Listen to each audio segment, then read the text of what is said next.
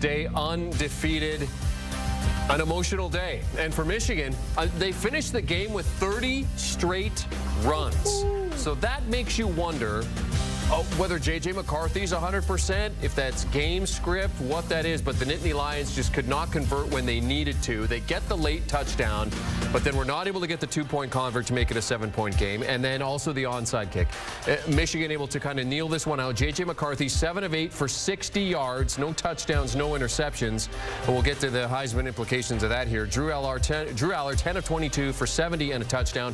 Blake Corum, the big producer on the day. Of course, when you run the ball 30 straight times, he had 26 carries for 145 yards and 2 touchdowns as Michigan improved to 10-0. All right, let's talk about this game with Danny Cannell, also having Coach Carl Reed and Smoke Dixon join us here. After the game, we saw an emotional interview from Sharon Moore. Not going to get to it just yet, but he was very emotional about it. Smoke, we were talking about this before we came on, and you weren't exactly happy that he was as emotional as he was. Well, I guess he was emotional just because he ran the ball 30-plus times and got positive yards. But you can't come on TV asking for a Kleenex like that, Coach Carl. You can't do it. That was a rough one for me, man. I'm still laughing. Great game, X's and O's, but I can't get past the post-game interview. Emotional moment. Winning as a head coach. Yeah, coach. Pause. You. It's not a championship. It's not for the conference championship. It's not for the right to go into the college football playoffs. You know, I thought the crying was a little bit over the top, but he did do a great job as a head coach today. Agreed. All right, so Danny, I mean, let's get your thoughts here, because obviously it's an emotional week for Michigan. Yeah. You know, you saw a lot of Michigan versus everyone in terms of fans at this game, and certainly fans around this game. Obviously, very emotional win for Michigan as they move forward. And not just because of the Harbaugh situation, but because this team has been questioned repeatedly about not being tested. They answered the bell today. Yeah, they did. I mean, Sharon Moore there, I think you see kind of in a picture what the last 24, 48 hours have been like. The uncertainty, the stress that's been on him. Am I coaching? Am I not? Am I calling plays? Am I making the decision? He's been through a lot this week. But I also think it was very interesting. We talked a lot about the 30 run plays to finish the game. Anybody know what position Sharon Moore played when he was a player? He was a guard. He was an offensive lineman. He coached the offensive line and one of the best offensive lines in the country. And there is nothing more demoralizing than to go on the road in your opponent's backyard and for everybody to know we are going to run it down your throat and there's nothing you can do about it. That was embarrassing for Penn State, a defense that is supposed to be one of the best in the country, and you only do one thing and you run it right at them and they can't get off the field. That's just as good as a win as it was for Michigan. I think it's a pretty bad look for Penn State, who that was the talk coming into the season was, could this be the year that Penn State gets past that hump? Because last year they were 10-2, only losses, Ohio State, Michigan. Here we are again, 2 losses, Ohio State, Michigan. James Franklin has to elevate that program. That's what they've been hoping for. They could take the next step, and they still feel like they are miles behind the top 2 teams in the Big Ten.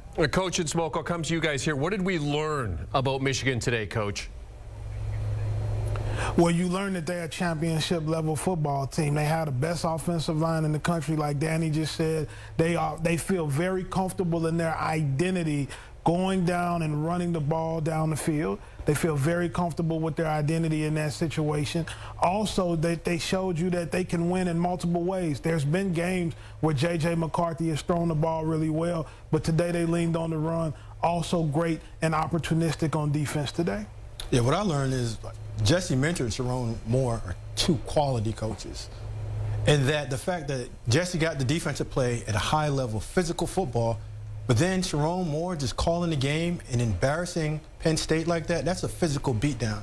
9 points, yeah, that doesn't say how much. They just physically imposed their will upon Penn State. Penn State's going to have to get iced up. Whoever is giving out ice in Happy Valley, go visit those guys in the locker room because they got bruised up pretty bad today. Yeah, and Penn State next to have Rutgers as they get their second loss of the season. Just want to talk about the J.J. McCarthy situation. He's one of the Heisman favorites, was one of the Heisman favorites coming into this week. But Danny, you and I were talking beforehand, not exactly Heisman numbers. In the pregame show, we were talking about Heisman moments to come for J.J. McCarthy. What did this performance today, even though they get the win, do for J.J. McCarthy? I think it probably prevents him from getting an invite to New York. It's a very crowded field this year. You got Michael Penix, Bo Nix, I mean, even Jaden Daniels at LSU, Jordan Travis, and Marvin Harrison Jr. There's a lot of players out there who are having spectacular seasons statistically. Like it or not, it is a statistical award. But here's the best part about this. I don't think J.J. McCarthy cares one bit about the Heisman Trophy or individual award. I think he wants to get that final piece of the puzzle, and Michigan's been lacking since Brian Griese in that last national championship. It's to get to the playoffs, not only to get there like they have the last 2 seasons, but to get the national championship and bring it home to Ann Arbor. I don't think J.J. McCarthy cares one bit that he only had to, 60 yards passing, only threw it 7 times. He just wants to win. We talked about Coach Sherrone Moore and his emotional post-game interview. Let's take a listen to it right now. To say that this has been a crazy 24 hours for your guys, to win on the road in this environment when there were doubts, Sherrone, what does it mean to you? I want to thank the Lord. I want to thank Coach Harbaugh. I love you, man. Love the out of you, man. This is for you. For this university, the president, our AD, we got the best players, best university, best alumni in the country. Love you guys. These guys right here, these guys right here, man. These guys did it. These guys did it, man. Talk to him, man. Love you. Thank you, Coach. Danny, we know what Smoke and Coach think about this, so I'm not going to necessarily ask for what you guys think. I know what that is, but Danny, what did you think of the emotion for? I'm okay with it. It doesn't bother me as much. I think this is what separates the NFL from college football. I don't think you see this in the NFL. I don't think people care as much. It's more about a paycheck. And this is what you see, the passion for a university. You saw him emotionally supporting the staff and giving the credit to Blake Corum, who's coming over there. It looks like he's been through a heavyweight bout with his face bloodied. I don't have as much problem with it because it's passionate, right? I hear too many people complain too many times about, oh, they don't care enough or they're just doing it for the money. If I see somebody who cares like that, I'm not going to rip them. As we take a look at Michigan's schedule, I mean, they've got Maryland next, and then, of course, the big game versus Ohio State. And the way that looks like now, it looks like that's going to be the game. If things go according to plan, or what certainly both teams hope, that will be the game that decides who gets to the Big Ten championship. But, Danny, when you look at the emotion from Sherrone Moore, Blake Corum was not necessarily emotional, but very pumped up as well. J.J. McCarthy as well, very appreciative of his head coach.